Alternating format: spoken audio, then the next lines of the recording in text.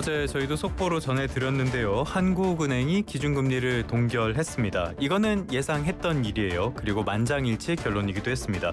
그렇기 때문에 동결 여부, 동결을 할 것이냐 말 것이냐 이 부분보다는 그 안에 담긴 메시지가 어떻게 나올 것이냐 이 부분에 조금 더 관심이 쏠렸습니다. 금통위 직후 오전 11시에는 이창용 총재의 기자간담회가 열리는데요. 어떤 내용들이 나왔는지 여기에서 우리는 무엇을 잡아낼 수 있을 것인지 전문가와 함께 깊이 들어가 보겠습니다.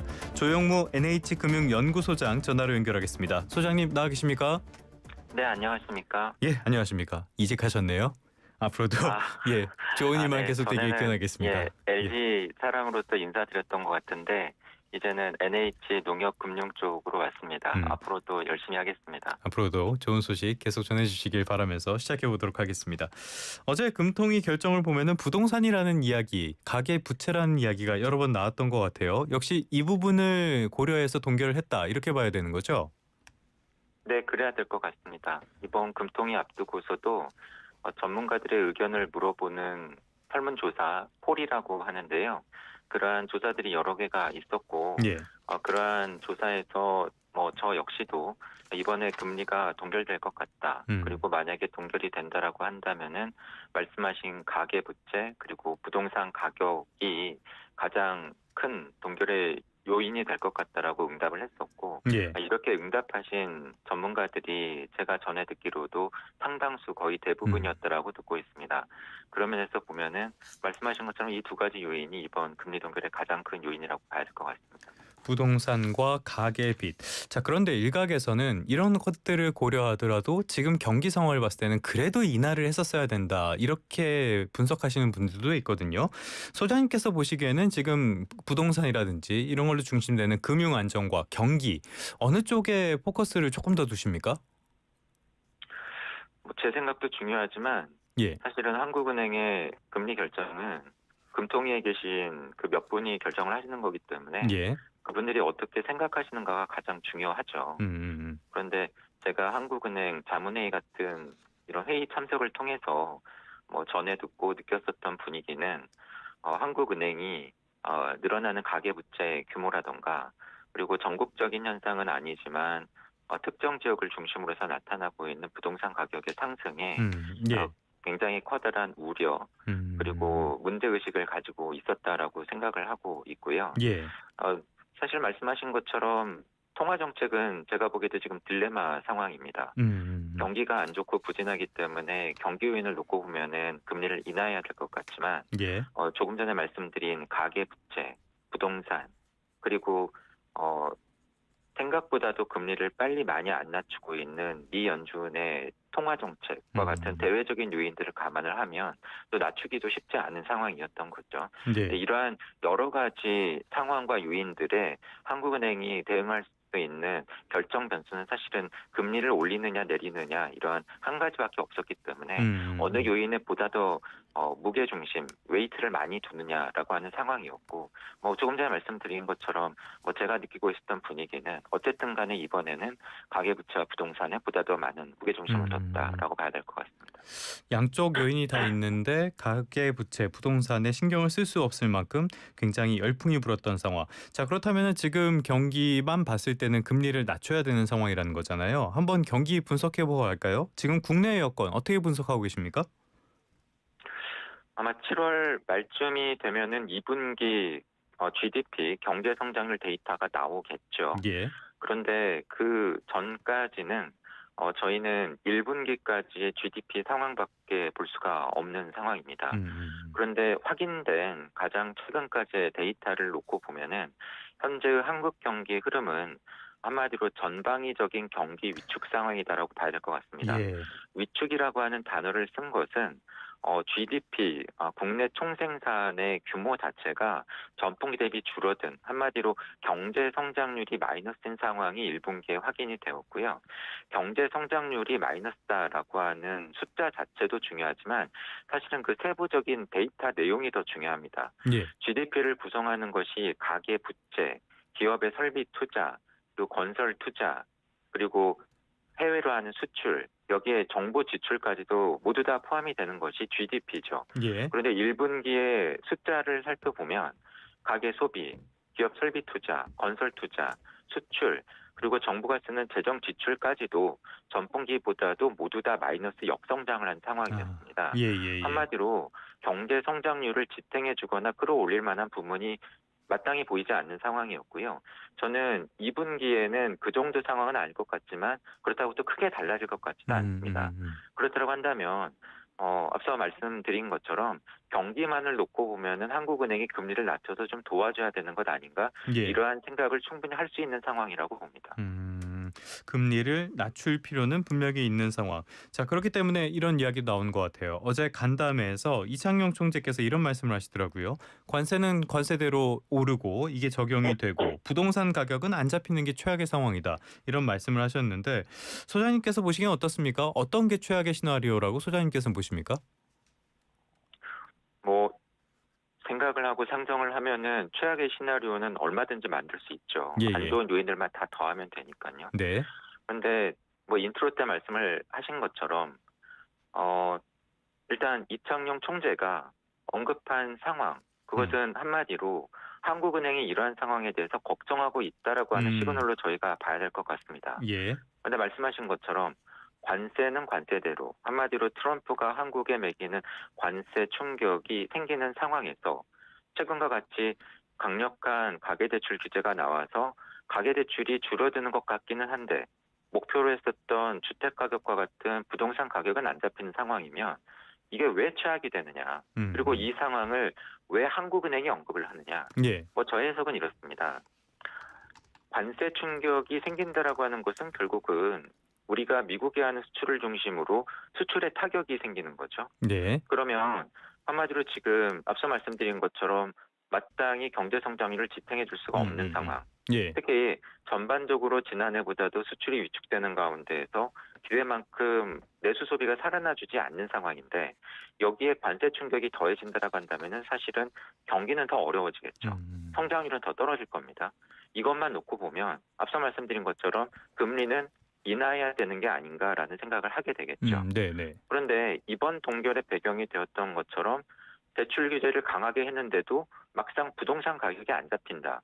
그러면 분명히 일각에서는 또는 금통위 내의 상당수 위원들은 금리를 도리어 올려야 되는 게 아니냐라는 이야기를 하실 수도 있습니다. 예. 그렇게 되면 정책 금리를 결정하는 이러한 금통위 내에서도 의견이 엇갈릴 수가 있어요. 예. 이 이야기는 뭐냐면은 금리를 올리지도 못하고 내리지도 못한 상황이 나타날 수도 있다는 겁니다. 그리고 실제로 이번 기자회견에서 이창용 총재가 언급을 한 포워드 가이던스라고 부릅니다. 향후 몇 개월 안에 한국은행이 정책 금리를 어떻게 하는 것이 좋겠는가라고 하는 이 질문에 있어서 금통위원 7분 중에서 총재를 제외하면은 6분이죠. 예. 6분 중에서 4분은 3개월 안에 금리를 낮추는 게 좋겠다. 근데 2분은 낮추지 않는 게 좋겠다라고 이미 의견이 엇갈리고 있다라는 겁니다. 근데 만약에 방금 말씀드린 이창용 총재가 언급한 최악의 시나리오처럼 간다라고 한다면 이제는 이 정도가 아니라 일부 위원은 낮춰야 된다. 또는 일부 위원은 도리어 높여야 된다라는 식으로 엇갈릴 수가 있고 예. 그렇게 되면은 사실은 통화 정책이 이러지도 못하고 저러지도 못하는 상황이 될 수 있다라는 겁니다. 그래서 이것이 제가 생각하기에는 하는 입장에서 생각하는 최악의 시나리오가 될 수 있기 때문에 어제 기자회견에서 언급하신 것이 아닌가 하고 생각을 하고 있습니다. 한은으로서의 최악의 시나리오. 자, 지금 상황을 보면요. 트럼프가 조금 전에도 속보가 나왔는데 나머지 모든 국가에 15%든 20%든 관세를 지불해야 한다라고 밝혔다라는 내용도 있고요. 부동산 가격은 대출 규제가 나온 이후에 좀 주춤하는 것 같은데 이번 주에 0.29% 올랐거든요. 주간으로. 이런 걸 보면은 서울이 주춤하긴 하지만은 그렇게까지 확 잡히고 있다 이런 느낌도 안 드는 건 사실입니다. 어떤 시나리오로 가는지 조금 더 지켜보도록 하겠고요.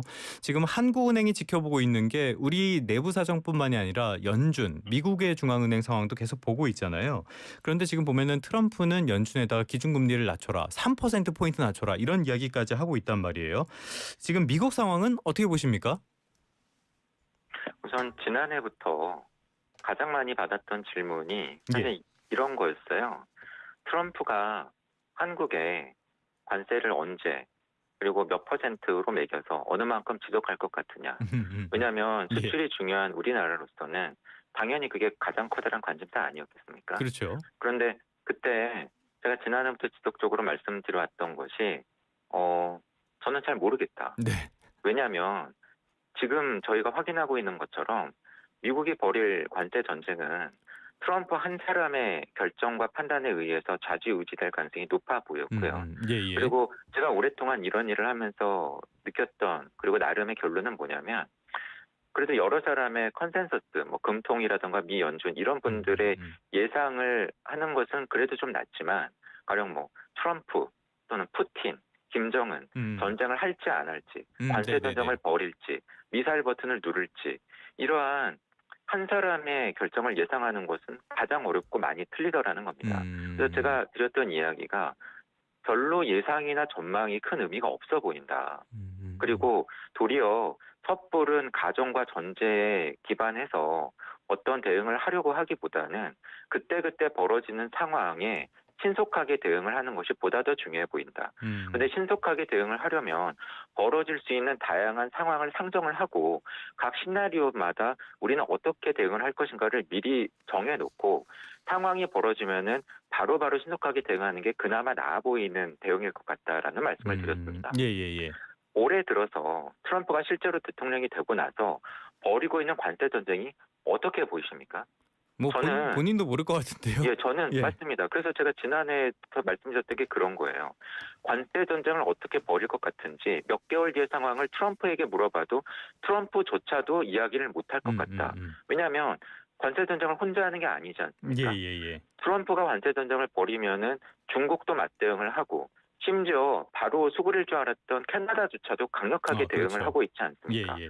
한마디로 트럼프의 관세 전쟁은 캐나다조차도 이렇게 버티는 걸 보면은 사실은 첫 스텝부터 꼬인 겁니다. 그리고 예상보다 강하게 중국이 맞대응에 나서니까 사실은 중국에 대해서 빼들었던 칼도 제대로 지금 휘두르지 못한 상태에서 봉합이 되는 모양새 아닙니까? 저는 앞으로도 상당 기간 동안 이럴 가능성이 있다라고 봅니다. 그렇다 보니까 사실은 그때 벌어지는 경제 변수가 트럼프로서는 중요해지는 거죠. 왜냐하면 금리가 오르거나 물가가 오르거나 경제 성장률이 떨어지면 본인에게 부담이 되기 때문에 그렇다 보니 본인이 이야기를 할 수 있어 보이는 미 연준에 금리를 낮춰라라고 이야기를 하고 있는 것 같습니다. 하지만 미 연준은 전통적인 중앙은행의 입장에서 우리는 물가가 중요해. 관세 전쟁을 벌이면은 물가가 올라갈 것 같다라는 이야기를 하면서 쉽사리 금리를 또 못 낮추고 있는 거죠. 저는 적어도 파월이 미 연준 의장으로 있는 한은 미 연준이 이러한 스탠스를 지속할 가능성이 높아 보입니다. 미 연준은 관세 전쟁으로 인해서 벌어질 수 있는 미국의 인플레에 대해서 가장 우려를 할 것 같습니다. 반면에 트럼프는 이러한 물가보다는 본인이 하고자 하는 관세 전쟁이나 경제 성장률 이런 부분에 더 관심을 기울일 가능성이 높아 보여요. 하지만 제가 말씀드릴 수 있는 것은 내년이 되면 상황이 조금 달라질 수 있을 것 같습니다. 왜죠? 왜냐하면 지금 현 미 연준 의장인 파월의 임기가 내년 5월에 끝나기 때문에요. 그런데 이 미 연준 의장의 지명권을 대통령이 가지고 있다라는 겁니다. 그렇기 때문에 내년이 되면 분위기가 달라질 수 있겠지만 적어도 그 전까지는 미국 대통령 트럼프와 미 연준, 특히 파월 미 연준 의장 간의 이러한 줄다리기가 지속될 가능성이 있어 보이고 적어도 미 연준이 통화 정책을 파월 의장 하에서 결정하는 한은 금융시장에서 많은 분들이 기대하시는 것보다는 그리고 제가 지속적으로 지난해부터 말씀을 드려온 것처럼 생각처럼 기대처럼 미 연준이 빨리 많이 금리를 안 낮추거나 못 낮출 가능성이 높아 보인다. 그리고 실제로 최근 몇 번의 미 연준 FOMC 회의에서 미 연준은 실제로 금리를 낮추지 않고 동결하고 있죠. 그리고 이러한 움직임이 지속된다라고 한다면 이미 예전만큼 미과 한국의 금리 역전폭이 2%포인트로 벌어진 상황에서 한국은행이 미 연준에 앞서서 금리를 낮추는데 상당한 걸림돌이나 부담 요인이 될 가능성이 있어 보입니다. 뭐 계속 반복해서 나오는 이야기를 보면은 파월 의장 본인도 잘 모르겠다라는 이야기를 하고 있으니까 말씀하신 것처럼 금리 통화 정책을 섣불리 건드리진 않을 것 같고요. 여기서 하나 궁금한 게 있는데 의장을 바꾸면은 대통령 마음대로 이게 되는 겁니까? 통화 정책이라는 게? 일단은 지명권이 대통령에게 있고요.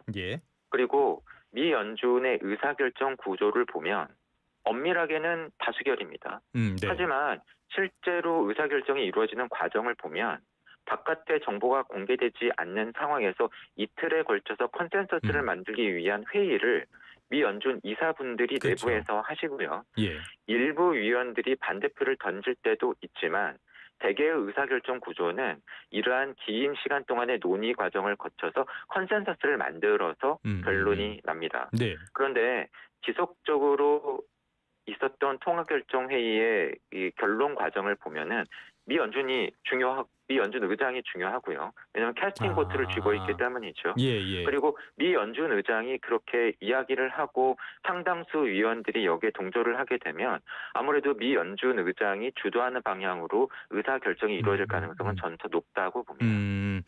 알겠습니다. 그래서 일단은 말씀하신 것처럼 이 2%포인트라는 격차가 우리에게는 걸림돌이 될 가능성 충분히 있는데 또 궁금한 게 있어요. 이 2%포인트라는 격차를 우리가 극복하기가 어려운 격차입니까? 아니면은 2%포인트를 극복하기 어려울 거라고 우려를 하는 겁니까, 실제로? 어제 예. 기자회견에서 이미 이창용 총재가 이 부분에 대해서 언급을 했습니다.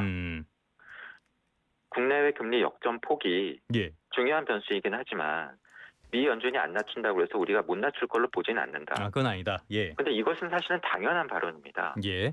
미국이 안 낮춘다라고 해서 우리가 못 낮춘다라고 우리나라 한국은행 중앙은행 총재가 그렇게 이야기를 하겠습니까? 그것도 그렇네요. 그래서 사실은 통화정책의 독립성을 포기하는 겁니다. 우리 경제가 안 좋으면 사실은 우리는 우리 상황을 중시한 통화정책 결정을 내릴 수밖에 없겠죠. 하지만 기억들 나시지 않겠습니까? 미국 금리가 한국 금리보다 높아지기 시작했을 때 예. 언론에서 많은 금융시장 전문가들이 뭐라고 하셨습니까? 뭐 엄청 우려했죠. 미국 금리가 예. 우리 금리보다 높아지면 자금이 빠져나갈 거다. 자금이 이탈할 거다. 예. 그래서 환율이 문제가 생기고 금융시장에 문제가 생길 거라고들 많이들 하시지 않았습니까? 그랬죠. 근데 저는 사실은 막상 금리가 역전돼도 별로 그럴 것 같지는 않다고 말씀을 드려왔거든요. 네네. 사실은 어땠습니까? 그렇게 큰일은 없었죠. 하지만 그렇다고 해서 우리가 이것을 마냥 무시할 수 있느냐? 지난해 연말 이후에 원달러 환율이 많이 오르지 않았습니까? 예. 거기에 국내외 금리 역전이 아무 요인이 없었을까? 저는 그렇게 보진 않습니다. 그리고 지금의 금리 수준이 미국이 한국보다 2%포인트가 높다라고 말씀을 드렸잖아요. 예. 이 정도 수준은 미국이든 한국이든 지속적으로 코로나 이후에 있었던 물가 급등을 위해서 금리를 올렸을 때 두 나라의 금리 상단이었던 시기와 동일합니다. 지난해 가을 이후에 미국도 금리를 낮추고 우리도 금리를 낮추면서 금리 폭이 변화하는 것 같았지만 어느덧 최근 몇 개월 동안 미 연준이 금리를 동결하는 동안에 우리는 또 금리를 낮췄기 때문에 또다시 금리 역전폭은 2%포인트가 됐습니다. 그렇죠. 예. 그럼 여기서 미 연준이 안 낮추는데 한국은행이 낮춘다. 그러면 이제 2.25나 2.5%포인트가 되겠죠. 저희가 안 가봤던 길인 겁니다. 그러면 아무 일이 안 생길 것이냐? 저는 또 그렇게 보기엔 또 어렵다라고 봅니다. 모른다는 이 생각을 겁니까? 저만 예. 할까요? 한국은행도 하시겠죠. 그러니까 당연히 한국은행의 통화정책 결정에는 부담이 되는 겁니다. 하지만 분명히 이야기는 미국이 안 낮춘다고 해서 우리가 못 낮춘다라고 이야기는 안 하실 겁니다. 알겠습니다. 시간이 많이 지났는데요. 끝으로 요거 하나만 좀 여쭤보도록 할게요. 올해 경제 성장률 전망치 이거는 다음 달쯤 나온 걸로 알고 있는데 요거 어떻게 봐야 될까요? 어떻게 보십니까? 사실 올해 한국 경기 흐름을 제가 좀 걱정을 많이 하면서 지난해 연말 같은 때 많은 전망기관들이 하시는 전망 수치가 좀 너무 낙관적으로 보인다는 말씀을 지속적으로 드려왔습니다. 하셨죠. 예. 그러면서 올해 한국 경제 성장률 전망에 있어서 하단을 열어둬야 될 것 같다는 말씀을 드렸습니다.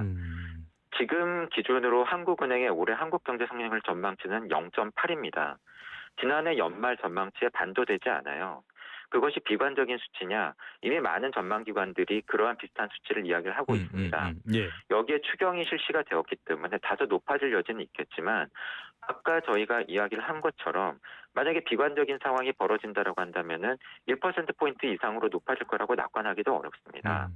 한마디로 비상한 관심을 가지고 그리고 적극적인 자세로 대응을 해야 되는 시기라고 보고요. 예. 만약에 상황이 낙관적으로 흘러가지 않는다라고 한다면은 저는 여전히 올해 한국 경제 성장률이 0%대에 머물 가능성이 있다고 봅니다. 통화 정책만으로 해결할 수 있는 문제는 아니니까 전방위적인 노력이 굉장히 시급해 보이는 것은 분명합니다. 지금까지 조영무 NH금융연구소장과 함께했습니다. 오늘 말씀 잘 들었습니다. 감사합니다.